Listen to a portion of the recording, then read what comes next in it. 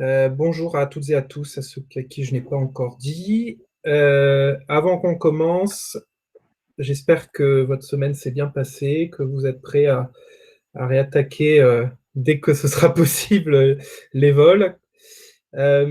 Aujourd'hui donc, 3 sujets. On a eu pas mal de questions. Donc, le contenu de la séance d'aujourd'hui, on l'a construit avec des retours qu'on a eus de votre part sur le petit formulaire. Donc, n'hésitez pas à continuer à nous envoyer vos questions. C'est vraiment plein de sujets variés. Vous voyez, il y a 3 sujets qui sont vraiment différents auxquels on va parler aujourd'hui. Donc, n'hésitez pas de continuer à nous les envoyer pour qu'on puisse en parler ensemble. Le contenu de la séance aujourd'hui, premier, donc, le plan de vol. On va en discuter ensemble un peu. Ensuite, on parlera un peu mécanique du vol avec Jean-Marc sur le second régime de vol. Et ensuite, je discuterai avec Christophe d'un petit Rex qu'il a fait via le formulaire, qui m'a semblé intéressant et à 2 points de vue. Déjà, ça permet de discuter des zones AZBA et ensuite un petit peu d'aspect facteur humain. Tout au long de la discussion, n'hésitez pas sur le chat à poser des questions. Si jamais il y a des choses sur les différents sujets que vous ne comprenez pas ou que vous voulez des éclaircissements, on pourra bien sûr les aborder. J'ai vu sur le chat en même temps de la conférence, donc il n'y a pas de souci. David, est-ce que je peux juste te demander de couper ton micro, s'il te plaît, comme j'entends un peu tes bruits de clavier? Merci. Alors, c'est parti. Le premier item d'aujourd'hui, le plan de vol. Alors, le plan de vol. Le plan de vol, la réglementation du plan de vol, vous pouvez trouver ça dans le CERA, qui est la réglementation européenne. CERA partie 4, donc les articles 4000, 4001, etc. Ça parlera de toute la réglementation liée au dépôt, à la clôture, au contenu, dans le cas où il est obligatoire, etc. etc. Je remettrai les liens sur la présentation, mais on avait déjà partagé le lien du CERA, du lien qui est sur la page de la DGAC, du CERA, donc la réglementation européenne, agrémentée des petits articles de réglementation française. Donc, par exemple, sur le plan de vol, vous pourrez consulter, il y a la réglementation du CERA donne certains cas de plan de vol, et la réglementation française rajoute des cas de plan de vol qui sont particuliers à la France, entre autres, pas que, mais entre autres. Donc, par exemple, la réglementation de CERA parle de certaines choses sur des plans de vol de franchissement d'eau, et la réglementation française a rajouté des choses pour le franchissement d'eau, par exemple sur les vols qui vont en Corse, quand vous faites des allers-retours, des trajets entre la Corse et la métropole, il y a des obligations de plan de vol. Et donc, par exemple, ce trajet métropole-Corse n'était pas couvert par la réglementation de plan de vol du CERA, et donc la France a rajouté des réglementations pour poser des plans de vol. Dans votre mémo VFR, vous pouvez trouver un petit encart sur le plan de vol, donc qui vous rappelle dans les cas dans lesquels il est exigé. Donc les vols vers l'étranger, ça vous ne pouvez pas y couper. Et ensuite le survol d'étendue d'eau, donc ce que je viens d'expliquer par exemple, ou à destination de régions ou le long de routes désignées par l'autorité compétente. Donc ça, c'est vraiment les autorités nationales qui peuvent décider pour tel ou tel trajet d'avoir des plans de vol. Par exemple, si vous avez la chance un jour d'aller voler dans les dom-toms, n'importe où dans les îles françaises, il y a des obligations supplémentaires pour avoir des plans de vol. Nous, dans le cas général, ce n'est pas obligatoire en VFR, donc sauf dans les cas particuliers comme on vient d'en parler, mais néanmoins, c'est un bon outil pour vous assurer un suivi de vol et le déclenchement rapide de secours en cas de souci. Il faut bien garder en tête qu'un plan de vol, ça ne vous déroge pas du respect des autres règles de vol. Donc, par exemple, ce n'est pas parce que vous avez un plan de vol entre Bondu et le Touquet qui passe par Merville que vous allez être autorisé tout de suite à pénétrer dans la CTR de Merville. Vous devez quand même faire ce que vous faites d'habitude, des demandes de clearance pour les espaces aériens contrôlés, etc., etc. Et ensuite, n'oubliez pas de clôturer vos plans de vol et de confirmer qu'il est bien clôturé. Donc, Ça, c'est parce que un plan de vol, au bout d'un moment, s'il n'est pas clôturé, si les autorités n'ont pas d'informations sur vous, eh ben, ils vont lancer des recherches. Et c'est dommage. Bon, c'est nos impôts qui payent les hélicoptères de la gendarmerie qui vont essayer de vous chercher, mais c'est dommage de déclencher des recherches pour rien, et c'est des choses qui arrivent. Donc, n'oubliez pas, quand vous avez des plans de vol, de bien faire en sorte que ce soit clôturé, d'être avec un contrôleur, etc. Dans la réglementation CERA, il y a aussi expliqué comment on clôture un plan de vol. Voilà. C'est pas obligatoire, le clôture d'un plan de vol, quand vous atterrissez sur un terrain, notamment sur les terrains non contrôlés. Donc faites attention. Ensuite, il y a différentes façons de déposer un plan de vol. J'ai mis là dans l'ordre du plus facile au plus fastidieux, on va dire. La première façon de déposer le plan de vol, c'est par téléphone, donc le numéro qui est là. C'est gratuit, c'est facile, c'est pas une machine automatique, c'est vraiment un opérateur DGAC du BRIA de Bordeaux pour ce qui nous concerne, qui va vous avoir au téléphone, que vous allez avoir au téléphone et qui va vous demander les informations du plan de vol. Ensuite, vous avez ce que j'ai appelé des services extérieurs, donc des Rocket Route, For Flight ou autorouteurs, qui sont donc des applications, des sites web qui vous proposent de poster le plan de vol auprès d'Eurocontrol ou auprès des services de plan de vol. Ça peut être payant. Autorouteur, par exemple, c'est quelque chose que j'utilisais pas mal pour les vols IFR quand j'étais en formation à l'EPAG. C'est très très pratique, c'est très bien fait. C'était gratuit dans le cas des vols de training, dans les cas des vols, donc des vols, pardon, de école. Dans le cas de vols d'aviation générale, comme nous on fait, je ne sais pas si c'est gratuit. Ça peut dépendre. Ensuite, vous avez Olivia, qui est donc le service de la DGAC, qui est gratuit.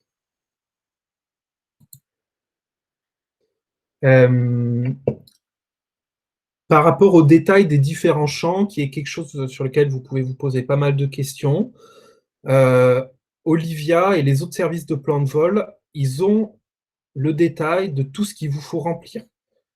Donc, vous pouvez cliquer, par exemple, sur Olivia, quand vous cliquez sur les petits points ici, là, si je clique sur le petit C, sur les 3 petits points après le C, en fait, j'ai ça qui s'affiche et je peux remplir ce qui correspond à mon appareil.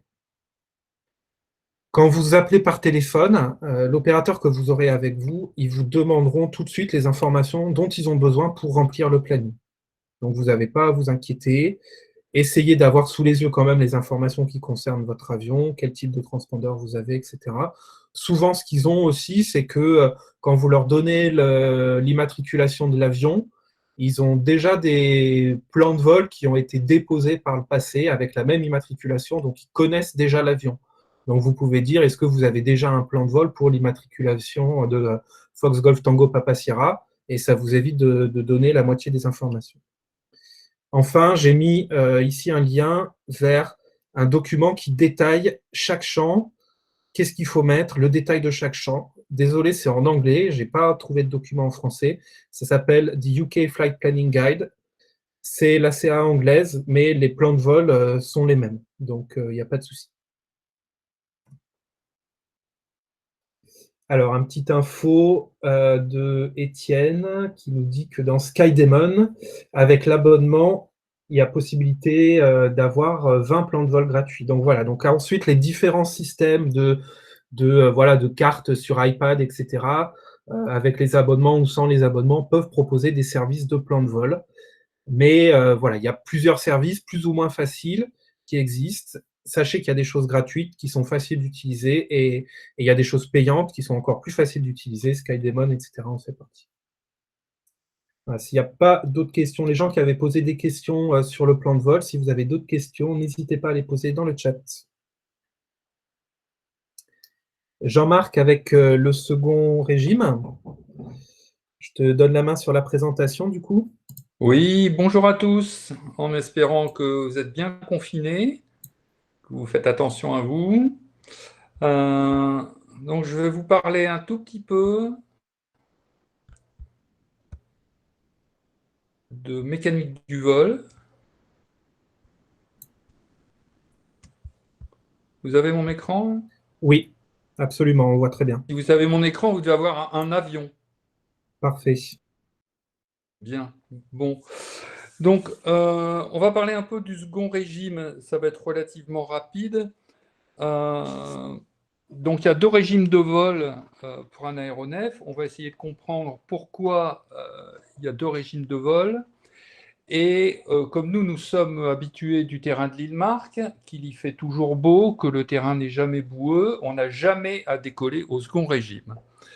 En fait, bien oui, ça nous arrive, notamment en hiver, de devoir décoller au second régime, et on va voir qu'en fait, c'est pas une situation d'avenir, donc le second régime, c'est quelque chose dont il faut sortir le plus rapidement possible et le plus, alors, on va peut-être pas dire le plus rapidement possible, mais tout au moins le plus sainement possible.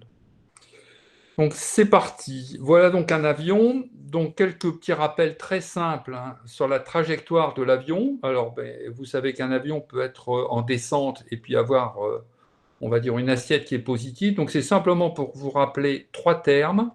D'une part, donc, voilà, donc on a la trajectoire, la référence fuselage, qui est la ligne de corde de profil de l'aile généralement, ou la ligne de foi de l'avion, et l'horizon.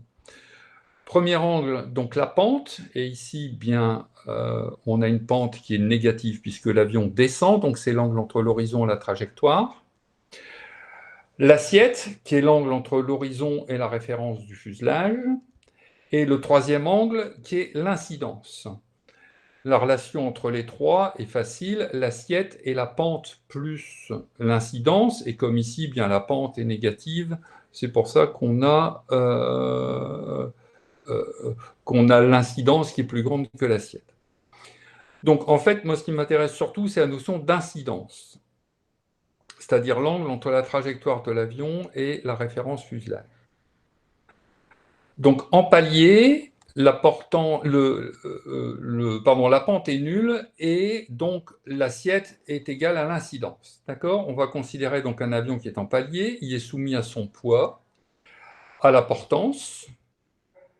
Et puisqu'il est en palier, ben, la portance et le poids sont deux forces qui se compensent. Il est soumis, puisqu'il y a une force aérodynamique et qu'il y a une portance, il y a nécessairement une traînée, et la traînée est vaincue par l'attraction. Et donc, à vitesse constante, la traînée est égale à l'attraction. D'accord? Chose importante, la portance et la traînée dépendent, je ne vais pas vous faire de la physique compliquée, mais la portance et la traînée dépendent de plusieurs paramètres. Donc ça, vous avez tous vu ça, hein, c'est 1,5 de mu SC V carré. Et chose importante, c'est que ce soit le coefficient de portance CZ ou que ce soit le coefficient de traînée, les deux dépendent de l'incidence.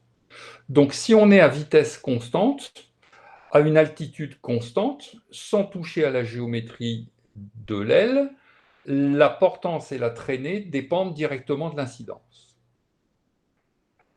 Alors, si on a des variations de vitesse en palier, on ne va pas parler de changement de configuration, hein, pour ne pas venir jouer sur la surface à l'air. Pour conserver le palier, donc, il faut toujours que la portance contrebalance le poids. Toute modification de vitesse, comme on l'a vu avant, va faire varier la portance et donc la traînée. Et pour conserver le palier, il va donc falloir faire varier l'incidence alpha pour que la portance garde la même valeur. Donc voilà un avion en vol horizontal avec une certaine vitesse. Il a son poids, une partie de la portance qui est due à la vitesse et une partie de la portance qui est due à l'incidence. La somme des deux portances contrebalance le poids. Si jamais, on suppose donc bien entendu que le poids reste le même, c'est-à-dire qu'on n'a pas de délestage pendant cette phase de vol, si la vitesse vient à diminuer, la portance due à la vitesse vient à diminuer, et donc, si on veut garder le palier, il faut augmenter l'incidence. Vous connaissez tous ça, vous savez que si la vitesse diminue, pour pouvoir garder le palier, il faut avoir une action cabrée sur les commandes. Et ça, c'est une notion importante, on y reviendra après, dans un cas particulier, par exemple du tour de piste, qui est le passage en configuration approche. Donc, si on regarde ça maintenant en termes de puissance, on va représenter d'un côté en ordonnée la puissance nécessaire au vol et la puissance utile, donc de façon générale les puissances, et en abscisse, donc horizontalement, la vitesse indiquée. Compte tenu de ce qu'on vient de dire, si la vitesse indiquée est importante, eh bien l'incidence est relativement faible et on va avoir une certaine traînée qui est notamment la traînée de frottement. En revanche, si la vitesse de l'avion est faible, on va avoir, pour garder la même portance, une incidence beaucoup plus grande, et donc on va avoir une autre traînée qui va apparaître, qui est la traînée de forme. Et donc la courbe de traînée globalement va avoir cette allure-là. On va enlever le reste, voilà, et on garde que la puissance qui est correspondante aux traînées. Donc on va appeler la puissance nécessaire au vol. Maintenant, votre groupe propulseur, le moteur, va fournir, lui, une certaine puissance qu'on va appeler la puissance utile. Et pour simplifier, on va considérer que la puissance utile reste la même. On voit donc qu'il y a deux intersections de courbes de la puissance nécessaire au vol et de la puissance utile, une à vitesse importante et l'autre à vitesse faible. Ceci, ça va donc nous définir deux régimes de vol. Le premier régime, qui correspond aux vitesses élevées, et le second régime, qui correspond aux vitesses très faibles. Donc, premier régime, vitesse élevée, incidence faible. Second régime, vitesse faible, incidence forte. Quelle est la stabilité de ces deux régimes de vol? Donc, on reprend nos deux courbes de puissance nécessaire et de puissance utile, la séparation entre les deux régimes, et on suppose qu'on se met dans le premier régime de vol. Donc, à cette vitesse-là, on voit que la puissance nécessaire au vol et la puissance utile sont égales, et donc on garde la vitesse VI. Si notre vitesse vient à augmenter, pour une raison ou pour une autre, on voit que la puissance utile est plus petite que la puissance nécessaire au vol. Par conséquent, puisque la traction fournie par le moteur est plus petite que la puissance qui est nécessaire, eh bien, notre vitesse va diminuer. Et donc, on va revenir où on était initialement. Si maintenant c'est le contraire qui se passe, pardon, si la vitesse vient à diminuer, eh bien, la puissance utile, donc celle fournie par le moteur, est plus grande que la puissance nécessaire au vol. Ça va avoir pour conséquence une augmentation de vitesse qui va nous ramener à la vitesse initiale. On voit donc que le premier régime, c'est un régime stable. Si maintenant, on se place de l'autre côté, c'est-à-dire au deuxième régime de vol, donc à l'intersection entre puissance utile et puissance nécessaire au vol, on se retrouve donc avec une vitesse indiquée correspondant à la puissance délivrée par le moteur. Si la vitesse vient augmenter, eh bien, on voit que la puissance nécessaire au vol est beaucoup plus petite par rapport à la puissance utile délivrée par le moteur. La vitesse de l'avion va donc pouvoir augmenter. On va donc passer du deuxième régime de vol au premier régime de vol. Très bien, très intéressant. Mais si maintenant, pardon,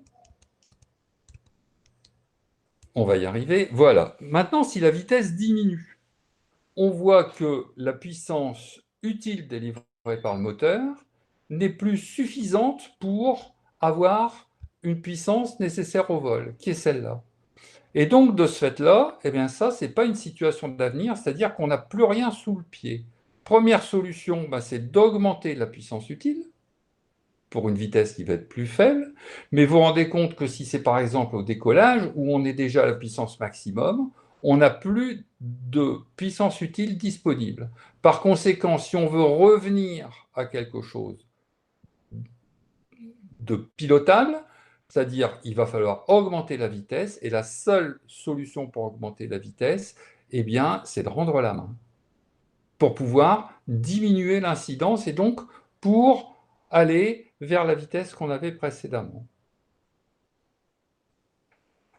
Donc, si on résume, entre les deux courbes, la puissance nécessaire au vol et la puissance utile, toute la partie de la courbe de la puissance nécessaire au vol qui est en dessous de la puissance utile correspond à un excédent de puissance qu'on va pouvoir utiliser.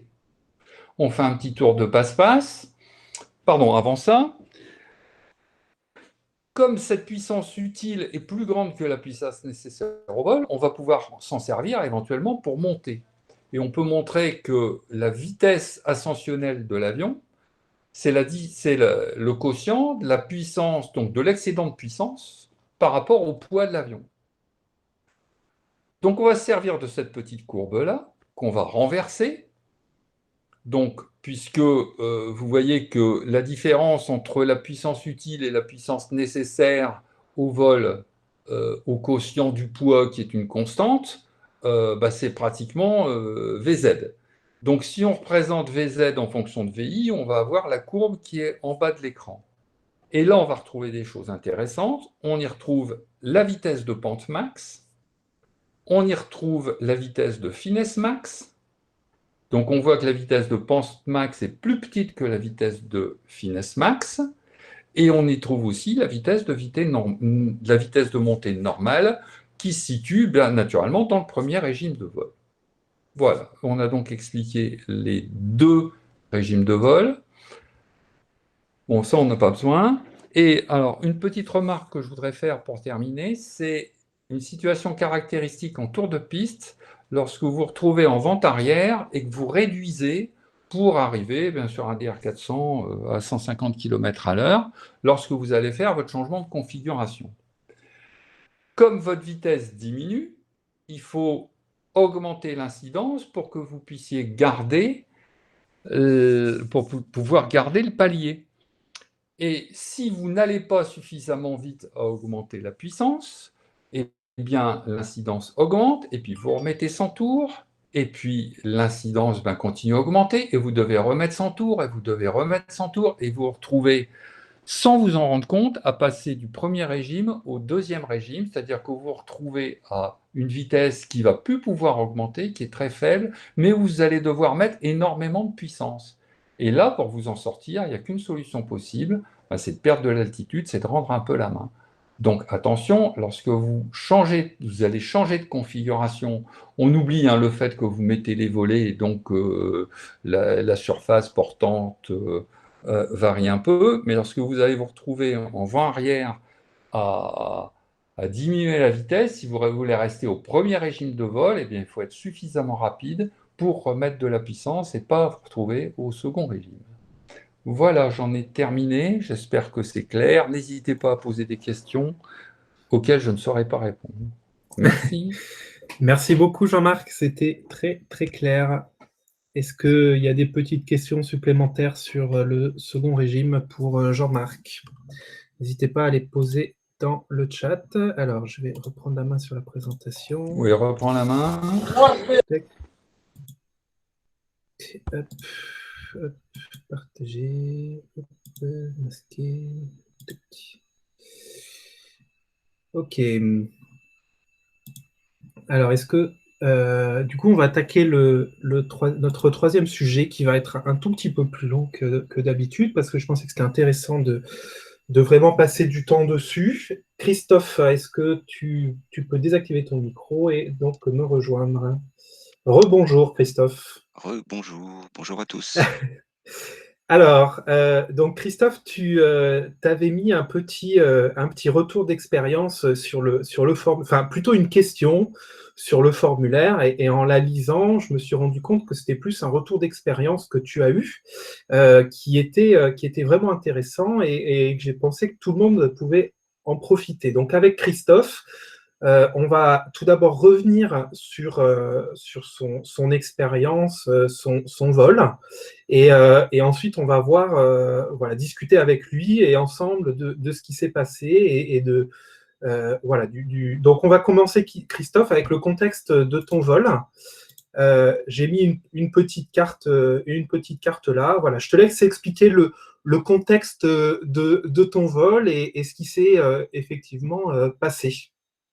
Voilà, ce que, j'avais prévu de faire, c'était de prendre l'avion durant, 1 semaine pour me rendre, heu, vers une usine, du groupe où je devais passer la semaine, qui se trouve du côté de Metz. Donc c'est la région que tu as mise sur la carte. Et donc j'avais prévu également de faire un aller-retour en milieu de semaine, parce que je devais rentrer, le mercredi et puis sur place également, bon, j'avais prévu de faire voler des collègues. C'était le côté fun. Donc ce que j'ai fait ma prépa long terme, je dirais normale, le tracé, le log de nav, la conso, une météo d'ensemble qui s'avérait plutôt bonne, sur la semaine. J'ai pris les NOTAM, sur Olivia, prise de contact avec l'aérodrome à l'arrivée pour les parties, un peu comme ça classiques de parking, carburant et cetera et puis, j'ai commencé à me documenter sur les zones qu'on voit en rouge là sur la carte, les zones AZBA donc de basse altitude militaire, en utilisant, à la fois les compléments aux cartes VFR et puis également, ce qu'on trouve en ligne, sur le site du SIA. Ok. Et dès cette préparation, déjà, je me suis rendu compte, alors ce qu'on voit pas forcément sur ce que tu projettes, mais qu'en fait, la zone de Metz, elle est cernée, complètement entourée, heu, par des zones militaires, Strasbourg et cetera et donc il se peut potentiellement que ce soit Je vais le complètement remettre. verrouillé. Alors, je le remets simplement en 2 secondes. Hop. C'est vrai que je l'ai un peu zoomé sur ta route et j'ai pas mis la situation générale. Hop, un peu plus rose. Donc toi, en fait, tu partais de Doncourt, hein, c'est ça, hein, le terrain qui est juste là. Et Alors on a ouais, Metz qui est là. Hein. voilà. Donc à l'aller, en fait, à l'aller, finalement, il y a pas eu de souci du tout parce qu'il y avait une bonne météo. Je suis passé au-dessus de ces zones. Donc c'est des zones qui ont un plancher, c'est 800 pieds en général. Ouais, Et un plafond qui est de 2004 ou 2700 pieds, ouais, heu, au 2004, ouais. au-dessus de la surface, hein, c'est pas Ouais. carénage, c'est au-dessus de la surface, en fonction des endroits. Donc à l'aller, pas de souci. Par contre, sur le retour, ça c'est compliqué. Donc ça c'est compliqué parce qu'en milieu de semaine, la météo s'est dégradée, donc déjà l'aller-retour que je devais faire, je l'ai fait en train. Mhm.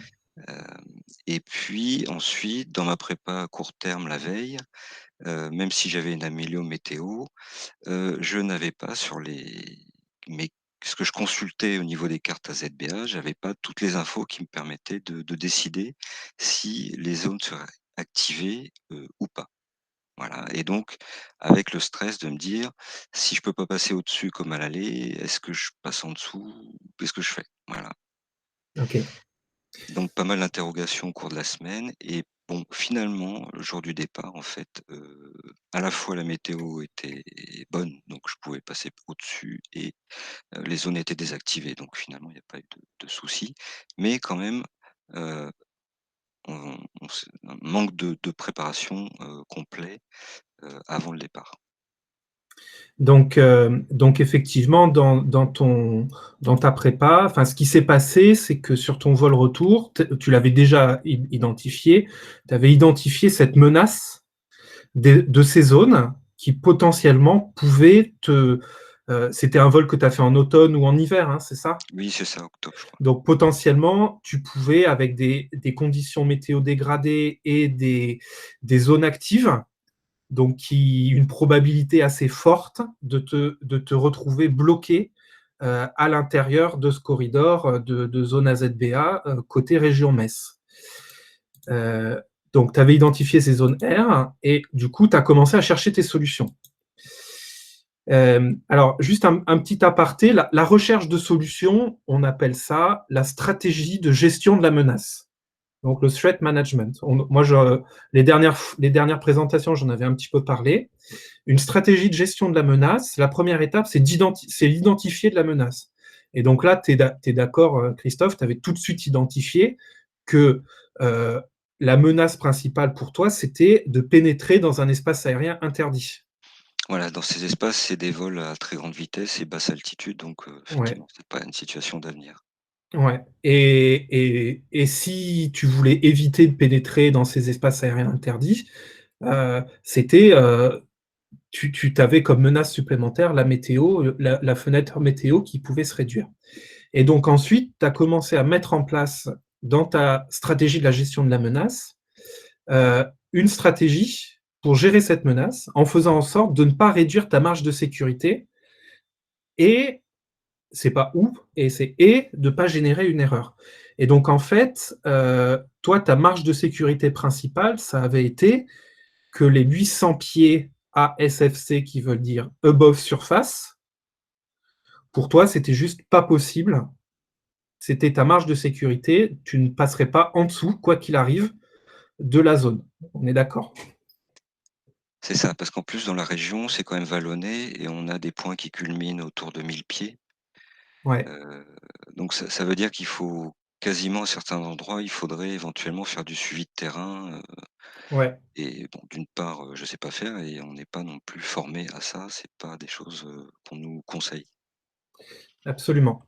Donc voilà, donc toi, ta stratégie en fait de gestion de ta menace, elle était bonne parce que tu l'as mise en place, tu as mis en place dans ta réflexion de préparation du vol, tu as mis en place une petite stratégie pour ta menace et tu avais mis en place une marge de sécurité. Donc, ce que j'ai fait, j'ai divisé en trois la prépa, enfin le déroulé que tu nous as raconté, la prépa long terme, la prépa court terme, et ensuite le vol. Et la menace qui était à la fin, c'était l'infraction de l'espace aérien. Et toi, ta marge de sécurité, c'était de toute façon, si c'est actif, je passe pas dessous. Dans ta prépa long terme, ce que tu as fait, c'est essayer de comprendre le type de zone. On est d'accord, hein, tu me coupes si je dis Mmh. Tout à fait, non. des idioties, hein. Et la deuxième chose, c'était donc pour comprendre le type de zone, c'était où trouver l'information en plus de son activation. Et donc ça, tu en as parlé très bien, c'est la consultation du complément aux cartes, donc qu'on va aller voir. Donc le complément aux cartes, vous pouvez le télécharger gratuitement en ce moment sur le site du SIA. Euh, et donc on retrouve le sommaire. Et dans le sommaire, règle, hop, je le revois plus. Et voilà, zone interdite, zone temporaire, zone réglementée, etc. Et si on va chercher dans cette zone réglementée les zones dont tu parles, donc la R69 et la R45, on peut commencer à lire effectivement activité spécifique défense. Et ici, sur la R69, les horaires d'activation. Sur la R45, activité spéciale défense et activation par NOTAM. Donc ici, on peut déjà remarquer que ce sont deux aires qui sont très similaires. C'est deux aires avec des activités entraînement très grande vitesse, très basse altitude. Mais dans leurs heures d'activation, c'est pas marqué pareil. Parce que l'horaire d'activation, il est marqué là. Et ici, il y a tout de suite marqué activation par NOTAM sur la R45. Alors que sur la R69, l'activation par NOTAM, il est marqué un peu plus bas. Donc déjà, ça a été, Christophe, je crois, une de tes premières erreurs, c'est que tu n'as pas noté pour la R69 activation par NOTAM. Tu pensais que ça allait être actif, en fait. Oui et non, parce qu'en fait, ce que j'ai fait, c'est consulter les cartes d'activation, Voilà, et après, tu as consulté les cartes mais qui aussi. sont pas Ouais. forcément, qui ont pas forcément la même visibilité. En tout cas, j'avais un doute entre, ce qui est annoncé ici, dans le complément, ce qu'on a sur les cartes et puis aussi l'horizon des cartes qui était pas forcément de plusieurs jours, à l'époque. Absolument. Donc, la R69, la R45 dans le complément carte, et simplement l'IIP, voici ce que vous retrouvez sur l'IIP, donc la même information, avec les horaires, etc. La deuxième info, c'est sur la prépa à court terme, tu as consulté les NOTAM. Et là, la consultation de NOTAM que tu as fait, c'était une consultation bulletin d'aérodrome, de ce qu'on a discuté, c'est ça, hein? Ouais, c'est ça, bah, c'est surtout qu'il y a une di Olivia et j'ai regardé là depuis hier, il y a une différence entre quand tu vas sur Olivia et quand tu vas là sur, le SIA directement. Tu as pas forcément les mêmes infos. Peut-être parce qu'Olivia, il faut regarder peut-être au niveau des paramètres, mais en tout cas, ce qu'il faut, pour tout le monde, en tout cas, ce qu'il faut faire attention, c'est d'utiliser sur les deux. Normalement, Christophe, ça devrait être les mêmes infos qui soient notées, mais ce qu'il faut faire attention sur les deux, c'est de bien regarder les notam en route étroite. Et ça, c'est très important, parce que si vous ne consultez que les bulletins d'aérodrome, vous n'allez avoir que les informations notam sur les aérodromes. En consultant route étroite, vous aurez toutes les informations notam sur toute votre route. Sur Olivia, route étroite, ça vous donne ce petit panneau où vous rentrez vos informations. Règles de vol, vous pouvez laisser VFR. Sélection des notam GPS, ça va vous informer s'il y a des possibilités de coupure de signaux GPS dans les régions que vous allez survoler. C'est rare, mais ça peut arriver. Vous pouvez mettre donc les aérodromes, les notam sur les aérodromes survolés. Vous pouvez mettre un FL maximum en VFR. Vous pouvez mettre un FL 100, ça suffit largement. Là, j'avais mis les 2 aérodromes de départ et d'arrivée, des aérodromes de dégagement, et ensuite des points tournants pour être un peu plus précis sur la route que vous avez prévue. Ça prend en compte les VOR, ça prend en compte les terrains, etc. Et en fait, quand on fait une recherche de notam et qu'il y a votre route, une recherche de notam en route étroite et que votre route passe par des zones réglementées, etc., elles vont tout de suite apparaître. Et donc là, on voit dans cette information notam, donc c'était pour aujourd'hui, vous voyez, c'était ce matin, l'activation de certaines zones. Donc ça, c'est la prépa court terme. Première partie de la prépa court terme. Et dans ta prépa court terme, juste avant le vol, tu avais effectivement, tu en as parlé, ton bulletin AZBA. Et donc ça, c'est le bulletin AZBA d'aujourd'hui, où on retrouve, donc sur le site du SIA, affichage des cartes, vous allez sur bulletin AZBA, et vous avez le bulletin AZBA du jour. Et on retrouve les zones qui sont activées, comme c'était noté sur le notam de tout à l'heure. Et effectivement, c'est là que tu as eu un doute dans ta prépa de la veille, c'était à quel moment ces zones-là vont être activées. Enfin, à quel moment l'information va être donnée. Oui, en fait, moi j'ai eu l'info à jour le matin même. C'est ça, c'est Le surtout matin ça qui même. m'a Ouais. préoccupé et j'ai pas pu l'avoir plusieurs jours avant. Alors là, j'ai regardé pour cette semaine, on a quand même 3 jours glissants et je pense pas que c'était le cas la semaine où j'ai fait mon vol. D'accord. Mais bon, je te dis ça de mémoire. D'accord. Donc, ton bulletin AZBA du jour, au final, c'est que ça t'a empêché d'enfreindre l'espace aérien. Et tu n'as pas dû mettre en place ta marge de sécurité. Néanmoins, tout au long de ta préparation, tu as eu un doute qui a généré un stress et qui a entraîné un mental d'objectif destination qui Exactement. petit à petit a augmenté au fur et à mesure que tu es arrivé au jour de ton vol et devant l'avion pratiquement au moment de partir. Et il a fallu, entre guillemets, que tu attendes cette dernière information AZBA du jour pour que ce doute, ce stress et cet objectif destination disparaissent au final. Donc c'est bien, au final, toute ta stratégie de gestion de la menace a fonctionné parce que c'est parti. Et en plus, tu n'as pas dû à aller tester ta marge de sécurité qui est de passer dessous. Donc, tu as annulé cet objectif destination avant de partir en vol, et ce qui est quand même le principal. Mais tout au long de ta préparation, tu as eu ce doute et ce stress qui est monté. C'est ça. Donc maintenant, on peut discuter, échanger sur... donc voilà, donc effectivement, grâce au final, l'information du bulletin AZBA au jour même, tu n'as pas enfreint l'espace aérien, ce qui est vraiment parfait. On peut réfléchir maintenant, dans cette même stratégie, comment on aurait pu adapter, tu aurais pu adapter ta stratégie pour lever le doute plus tôt et pour détruire le stress lié à ce doute au plus tôt. Donc, ce qu'on avait discuté, ce que j'ai retenu, c'était mieux comprendre le type de zone. Donc déjà, et c'est ce qui s'est retranscrit dans ce que tu viens de dire, mieux comprendre le type de zone. Eh bien, par exemple, j'ai trouvé hier en travaillant que en regardant un peu que dans le document, dans la page du SIA affichage des cartes AZBA, il y a un petit guide, une plaquette d'information qui s'appelle le BABA du RTBA, donc RTBA, réseau très basse altitude. C'est effectivement une solution qu'on a. Dans nos régions, dans le Nord, on n'a pas ces zones RTBA. Quand vous partez sur ces terrains-là, essayez en avance d'avoir le plus d'informations possible.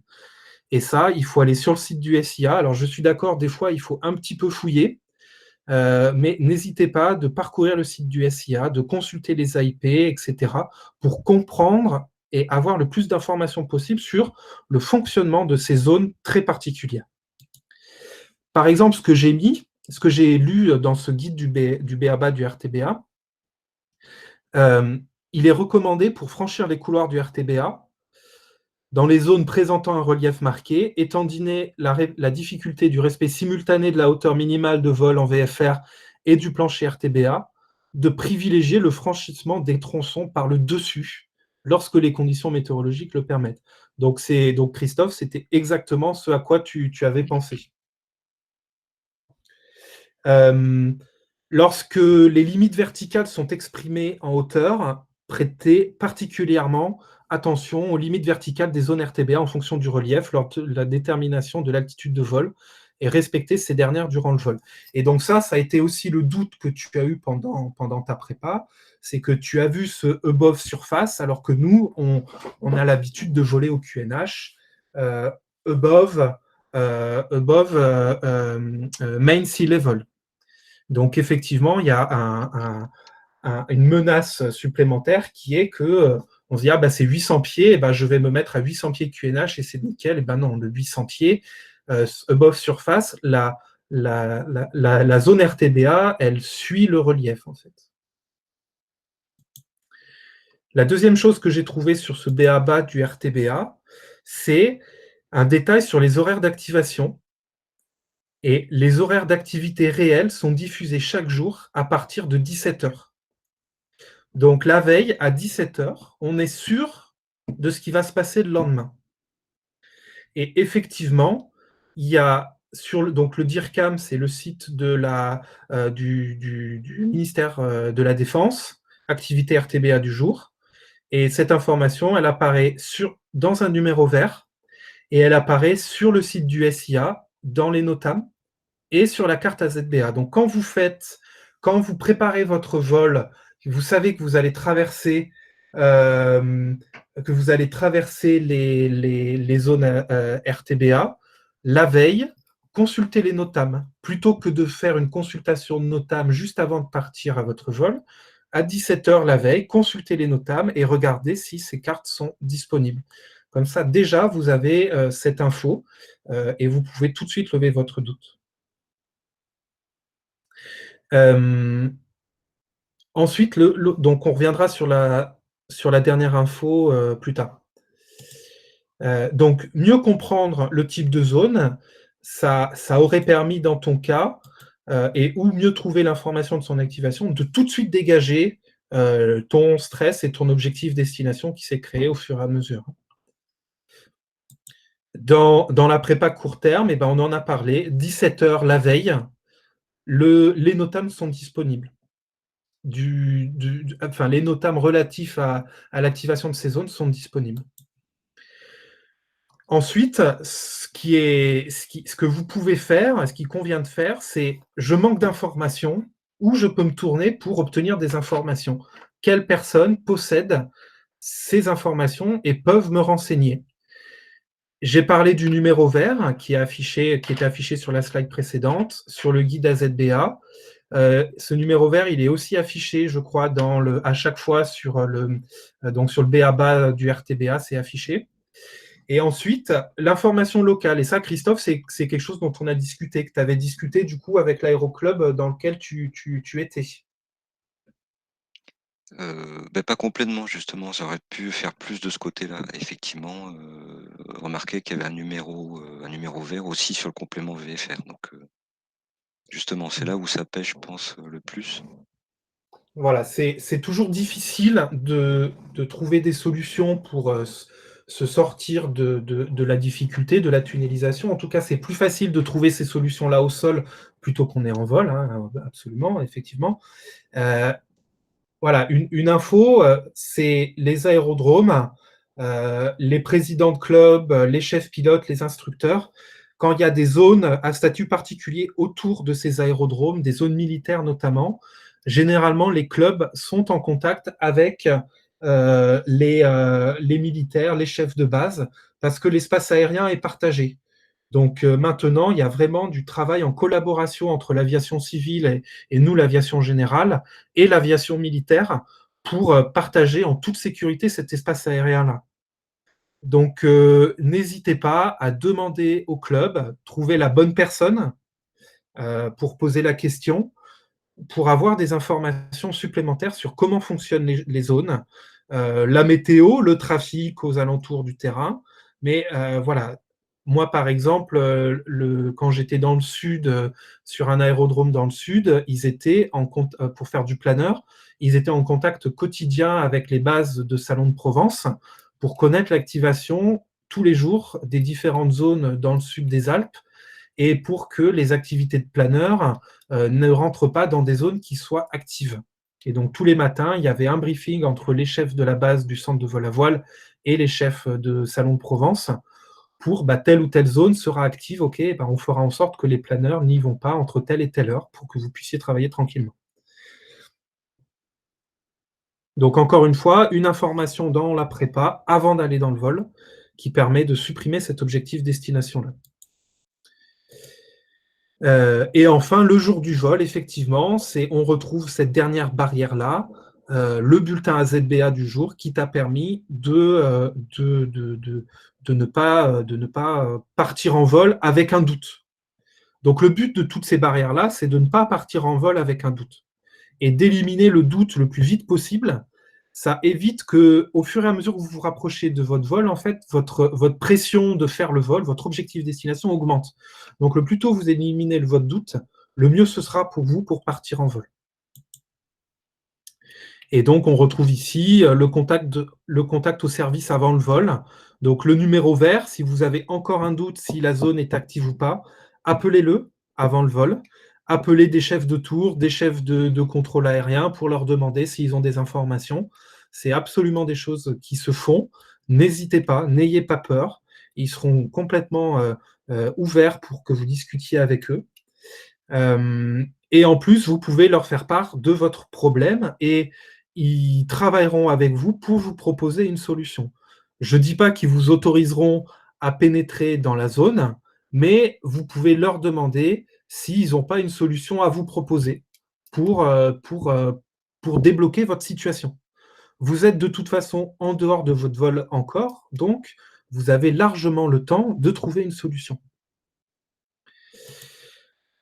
Et ensuite, la dernière chose, c'est le contact de service pendant le vol. Et donc ça, je vais retourner sur le complément aux cartes rapidement. Hop. Donc sur le complément aux cartes, vous retrouvez le numéro vert, ici, donc dans organisme gestionnaire. Il vous rappelle les adresses des sites du SIA, le numéro de téléphone du téléphone vert dont on a parlé. Et ensuite, activité réelle connue, quels sont les centres de contrôle en vol et les terrains qui sont au courant de ça. Donc ça, encore une fois, si vous avez un doute quand vous êtes en vol au moment où vous approchez de votre zone, contactez ces centres d'infos et ils vont vous donner l'information de ce qui est en train de se passer. Alors, je reviens à ma slide. Donc, on a vraiment beaucoup d'informations possibles, beaucoup de solutions à notre disposition pour éliminer au plus tôt ce stress, ce doute, cet objectif destination qui augmente, et pour ne pas partir en vol avec un doute, et pour ne pas se retrouver dans une situation en vol où on va aller à la limite de notre marge de sécurité. Parce que si on part en vol dans le cas de Christophe, pour aller en se disant, bon, peut-être que la météo va être bonne. Et ben, au final, la météo en hiver, elle est ce qu'elle est. On se retrouve juste au bord de notre zone active, en étant empêtré dans la météo, et alors qu'on aurait pu déjà, depuis le début, se lever un doute. Parce qu'au plus vous vous approchez du vol, au plus les difficultés peuvent, et les problèmes peuvent s'accumuler, hein. La dernière chose dont on a discuté, Christophe, ensemble, c'était comment dissiper l'objectif destination au plus tôt. Si vous voyez qu'au fur et à mesure, vous vous retrouvez dans une situation délicate, prévenez votre plan de secours, votre backup au plus tôt possible. Réservez un hôtel. Vous réservez l'hôtel au cas où vous ne pouvez pas partir, la veille ou l'avant-veille. Comme ça, pas de regret, vous avez de toute façon votre hôtel qui est réservé, et vous n'avez pas de regret à ne pas partir. Ensuite, l'assistance FFA. Donc, si vous regardez sur vos cartes, sur le mémo, ça c'est ce qu'il y a sur le mémo VFR, mais sur votre petite carte plastifiée de licence FFA, vous avez aussi le numéro d'assistance de la FFA. Si vous avez un doute, n'hésitez pas à les appeler, vous aurez des gens qui vous répondront et qui seront en mesure de vous dire, l'assistance que vous avez vous permet d'avoir un trajet de train, d'avoir un hôtel qui est dans l'assurance que vous avez avec la Fédé. Donc, vous n'avez rien qui vous empêche d'utiliser toutes ces solutions pour débloquer votre situation, ou en tout cas pour débloquer sa situation dans un premier temps, mais aussi mettre des solutions de backup et des plans de secours déjà préparés avant votre départ en vol. Et quand on a ces plans de secours, pensez par exemple aux aérodromes de dégagement. C'est un plan de secours qu'on prépare dans notre préparation du vol et qui nous sert pour être relax. C'est mon terrain, il n'est pas accessible, il ne fait pas beau sur mon terrain, et de toute façon, j'avais prévu un autre terrain où il fait beau sur lequel je peux aller me poser. Donc, n'hésitez pas à ouvrir, think outside the box, ils disent, les Anglais, ouvrir votre horizon et essayer de sortir de cette tunnelisation, de cet objectif destination-là, avec des plans de secours. C'est pas quelque chose qui est facile. Chacun, on s'est retrouvé dans des situations compliquées, hein, moi le premier, nous les premiers instructeurs, où ça a été difficile de penser en dehors de notre spectre. Et pour arriver à sortir de cette bulle-là, de notre bulle de réflexion un peu tout seul, de pilote tout seul, n'hésitez pas à appeler des professionnels et des gens à droite à gauche, et à obtenir le soutien de gens qui ont plus d'infos que vous, qui ont plus d'expérience que vous. En tous les cas, fixez-vous des marges et n'allez pas dépasser des marges quand vous êtes dans des contextes de stress et de décisions compliquées. C'est très difficile de se rendre compte qu'on est dans le stress. Il y a pour ça des mécanismes qu'il faut apprendre à reconnaître, qui sont différents chacun. Mais il faut se fixer des marges. Ce qui est sûr, c'est les marges qu'on se fixe. C'est comme s'était fixé la marge de Christophe. Moi, je ne passerai pas en dessous de la zone. C'était sa marge. Elle est discutable ou elle n'est pas discutable, mais lui, c'était sa marge, et il n'est pas allé chercher à la dépasser, en aucun cas. Et donc, vous, posez vos marges de conditions météorologiques, de temps de vol, de marge d'écart par rapport au coucher du soleil, etc. Il y a plein de marges que vous pouvez vous poser. N'hésitez pas à en discuter. Pilote, élève, pilote, n'hésitez pas à venir en discuter avec nous. Voilà. Et quand vous vous retrouvez dans une situation où vous avez un doute, où vous vous rapprochez de vos marges, en tous les cas, ne partez pas. Si vous n'arrivez pas à lever votre doute avant votre départ en vol, la meilleure solution, c'est de ne pas partir. Parce qu'en vol, vous allez vous retrouver avec encore plus d'informations et encore plus de risques et de menaces auxquelles vous n'avez pas pensé déjà au vol, qui vont vous faire générer du stress encore plus et qui vont s'ajouter à ce stress que vous avez déjà par un tout petit doute. Voilà un peu. Je lis vite fait. Si vous avez des questions ou des réactions par rapport à ça, n'hésitez pas. Christophe, merci beaucoup, beaucoup pour ton Rex. Est-ce que tu as des petites choses à rajouter? Non, c'est moi qui te remercie et tu as tout dit, je crois, et c'est super. Merci. Merci à toi. Alors, dans le chat, quelques petites infos de la part de Vincent. Les AZBA, les cartes AZBA sont disponibles dans les documents élèves au club. La grande carte qui est affichée au club, c'est la grande carte 500 millième. Vous avez les zones qui sont affichées. Les documents élèves, effectivement, sont disponibles sur tous les ordinateurs. N'hésitez pas à les consulter ou à les récupérer sur une clé USB aussi. Au niveau, donc oui, la CAM, la circulation aérienne militaire, CAG, circulation aérienne générale. Vincent ajoute l'assistance FFA, donc un conseil, appeler avant d'avancer des frais, train, taxi, avion. Bien prévenir si c'est un problème mécanique pour la prise en charge des déplacements du mécano du club. Voilà. Une autre petite chose, une autre petite remarque, en consultant le BABA du RTBA, j'ai lu ça. Pour des besoins d'entraînement, les appareils de la défense sont amenés à effectuer isolément ou en patrouille des missions en basse et très basse altitude, en particulier en espace aérien non contrôlé. Ces missions, effectuées en dehors du RTBA, constituent la grande majorité des vols à vue dans la défense effectuée en basse altitude. Donc tout ça pour vous dire que les RTBA, les réseaux très basse altitude, ces jolies zones rouges dont on vient de parler avec Christophe, ce n'est qu'une petite partie des vols Rafale et 2000 à pleine balle, sans regarder dehors, que l'armée de l'air effectue. Et moi, c'était quelque chose dont on m'avait un tout petit peu parlé, mais que j'avais jamais vu expliqué comme ça. Enfin, en tout cas, ouais, explicité de cette façon. Et donc, la recommandation des autorités, il est recommandé aux VFR, pour autant que cela soit possible et permis, de conduire leur vol en croisière à partir de 1500 pieds au-dessus de la surface. Quelles sont les autres contre-menaces qu'on a pour tous ces vols pour tous ces vols où on ne sait pas trop où ils sont, entre guillemets, c'est votre transpondeur. Les avions d'armes sont équipés de transpondeurs aussi, un peu particuliers, je crois, leurs transpondeurs, mais de transpondeurs avec des systèmes de TICAS pour pouvoir détecter nos avions. Donc, ils ont des radars, mais les radars, pas souvent, ils marchent chez eux. Des fois, ils les coupent pour l'entraînement. Mais en tout cas, le transpondeur, c'est une contre-menace qu'on a pour éviter la collision avec ces appareils. Et le dernier, voir et être vu. Effectivement, ils vont vite, on n'a pas beaucoup de temps pour les voir. Effectivement, ils ne nous voient pas non plus, mais ça reste quand même un principal contre-menace.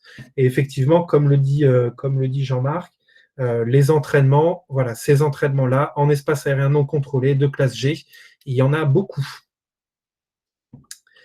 Voilà un peu pour aujourd'hui. J'espère que c'était intéressant, le plan de vol et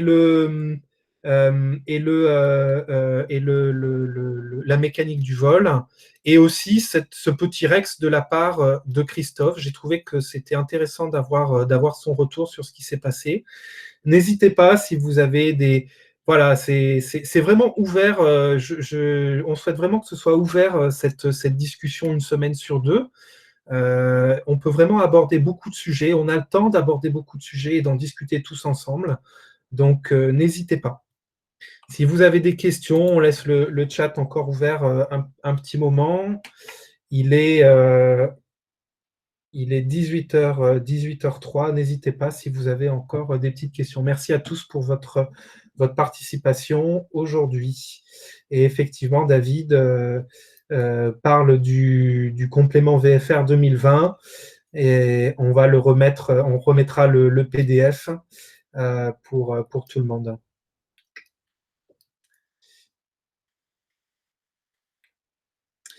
Merci beaucoup. Si d'autres instructeurs souhaitent intervenir rapidement sur ce qui a été dit, notamment sur le Rex de Christophe, n'hésitez pas, on va prendre 5 petites minutes.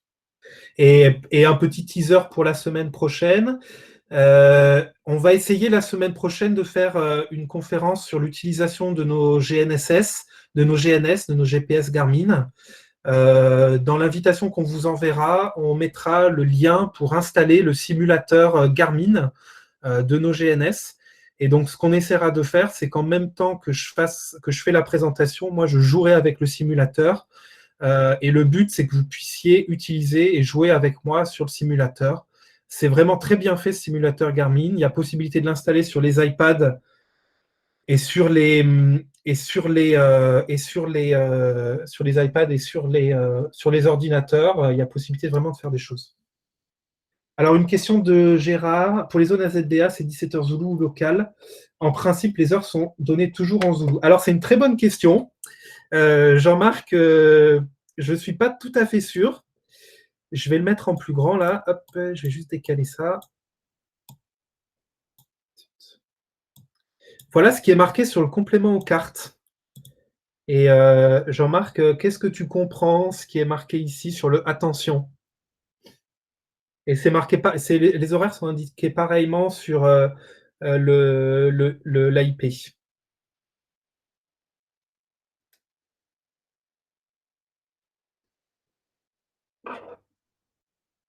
Jean-Marc ou quelqu'un d'autre qui sait mieux décoder que moi les règlements du SIA et ce que dit le SIA. Les horaires des tableaux de ce complément sont exprimés. Alors là, c'est en... Ah là, à mon avis, elles ne sont pas en zoulou, là. Non, c'est pas du zoulou, hein, on est d'accord. Non. C'est intéressant, hein? Ouais. Et moi, du coup, je ne comprends rien à quelle heure c'est, hein, parce que il n'y a pas de raison que les heures qu'ils indiquent dans les IAIP, elles changent. Du coup, en plus dans le complément aux cartes, donc le complément aux cartes, c'est un truc destiné au VFR et il marque les heures en anglais, donc c'est pas mal, je trouve déjà. Et donc là, 8h30, 11h et 12h30, 16h. Donc c'est de l'heure ETE, c'est quoi ETE? C'est été moins Je une sais heure? pas. Non. C'est European Time ou quelque chose comme ça, ou Eastern. Je sais pas. Du coup, Faudrait c'est regarder peut-être le dans la légende de fuseau, c'est l'AIP. peut-être de l'heure locale, du coup. Je sais pas.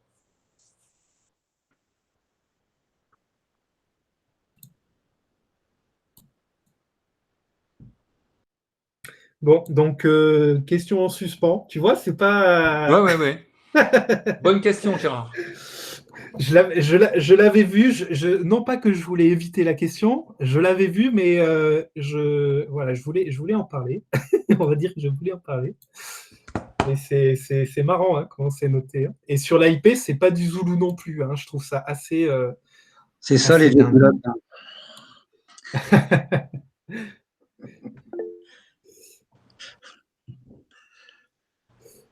Ok, très bien. Eh ben, merci beaucoup. Je propose de clôturer la présentation.